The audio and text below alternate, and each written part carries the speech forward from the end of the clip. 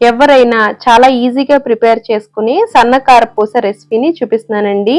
ముందుగా పిండిని కలుపుకోవడం కోసం కంచంలోకి జల్లెడ పెట్టుకుని 1 కప్పు శనగపిండి, 1/2 కప్పు బియ్యం పిండి, 1 స్పూను బటర్, 1 అర స్పూన్ వరకు వేయించి పౌడర్ చేసి పెట్టుకున్న జీలకర్ర పొడి, 1 అర స్పూను కారం, 1/2 స్పూను పసుపు, రుచికి తగినంత సాల్ట్ వేసుకుని ఈ బటర్ అంతా ఈ పిండికి పట్టే విధంగా కలుపుకోవాలి. ఇప్పుడు కొద్దిగా వాటర్ వేసుకుంటూ పిండిని చేతికి అంటుకునే విధంగా కలుపుకోవాలండి.